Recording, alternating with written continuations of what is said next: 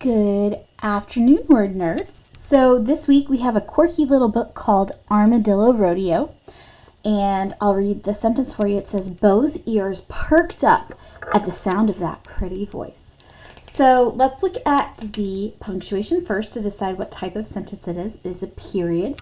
So that means that it's either going to just be a regular statement, which is declarative. It's just somebody saying something. Or if it's commanding somebody to do something, it would be an imperative. But Beau's ears perked up at the sound of that pretty voice. It's not commanding anyone to do anything, so we're going to call it declarative. I'm going to write it right here. This sentence is also still simple, which we haven't gotten into too much, but I'll just have you guys write it down. Simple sentence. So let's go ahead and start looking for our nouns, our people, places, and things.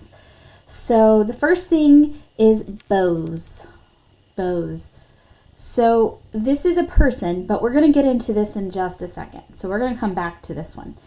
Ears. Ears are a thing. It's a body part. So we're going to call this, because there's more than one, there's an S. It's going to be called a plural noun.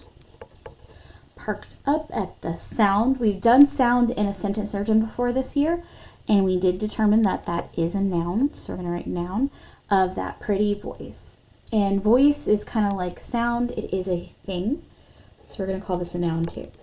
So let's go back to Beau's, because I did tell you, yes, it is a noun. This is a special kind of noun. Now, it's even different because Beau is a person.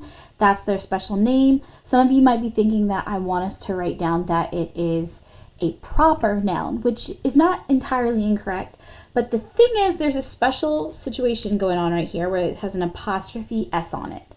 An apostrophe S. That's what this little upwards comma is called. It's called an apostrophe. We're going to write it down here as A-P-O-S apostrophe R-O, and then fee, it's a P-H-E, apostrophe.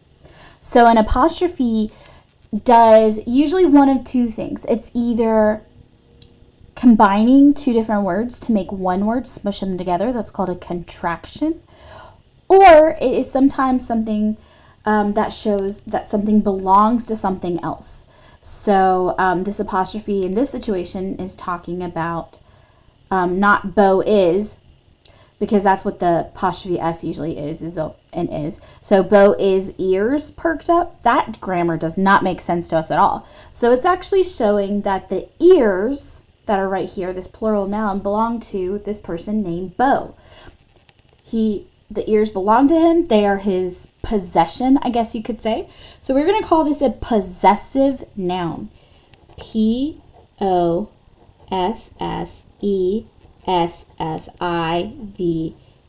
Possessive noun. And that's because of this apostrophe S situation. It is showing, sorry that my phone started ringing. It is showing that the ears belong to Beau. He owns them. He possesses his own ears.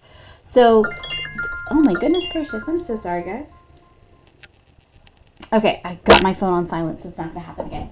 But actually, that kind of works out because I was going to walk across the room and show you that this week, in the year 2024, we're actually going to be focused on possessive nouns as another one of our ELA stations. So when you finish this worksheet, it's going to go in the ELA bin. Make sure you put your name on it. A lot of you are forgetting to put your names on things, so just make sure you put your name on it first.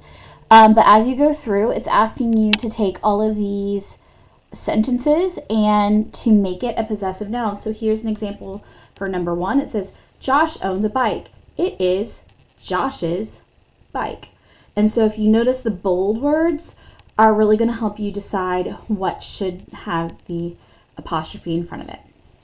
Now down here is going to be focused on possessive pronouns, which means that it shows possession through using a pronoun, which pronouns replace somebody's name. So it says Nate owns a cat. It is his cat because Nate is usually a boy's name. So all of these options could be used like his, her, their, my, our, your they could be options for these things. So let me do one more with you. I'm going to do the last one actually because they forgot to bold the word that we're talking about. It's the word baby. So I'm going to bold it really quick. You don't have to do that. But Finn and Georgia have a baby. It is baby. So there's two people. So usually when there's two people, we're going to use the word their. It is their baby. Hopefully that helps make sense. So up here, you're going to be using the apostrophe S for all of these people. And then using their thing that they belong to or belongs to them. And then down here, you're going to use the bold things with the item and answer that. I will be taking this up for a grade. So if you are confused about this for any reason at all, you could always check with somebody at your table and see if they can help you understand it a little better. But if that still doesn't help, make sure you reach out to me because I want to make sure everybody is understanding things. But anyway, okay, sorry to take a second to explain that.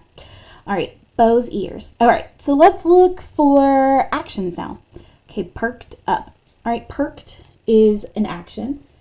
It is something that's going on. Perked up at the sound of that pretty voice. I don't see any other actions in this sentence.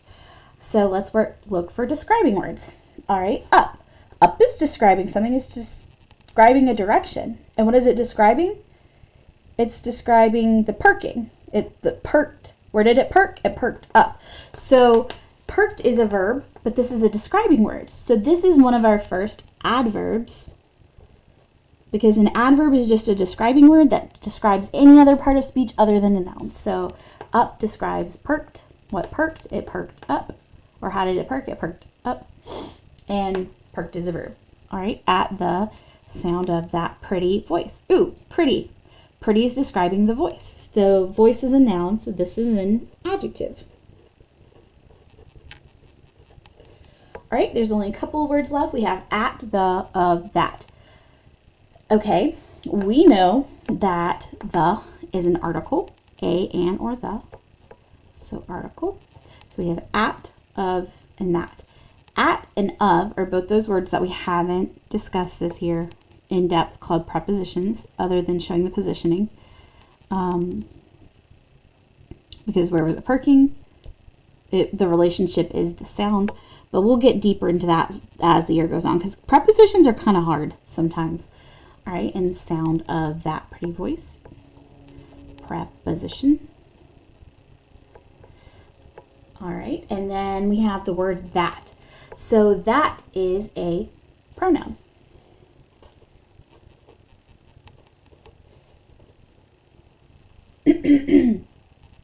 Sorry. I got a little cough here. But a pronoun always replaces a noun. And it's replacing a noun in this situation. So let's look down here. So subject and predicate. So predicate is always going to be the action of the sentence. And so there's only one verb. It's perked. All right, and what perked? It's ears. The ears perked. I could say Bo's ears, but we can just leave it at the ears. The ears perked. The ears perked up. All right, there we go, guys. It's a little longer than the past few weeks, but I can't have a really short one every week. Thanks. Have a great week.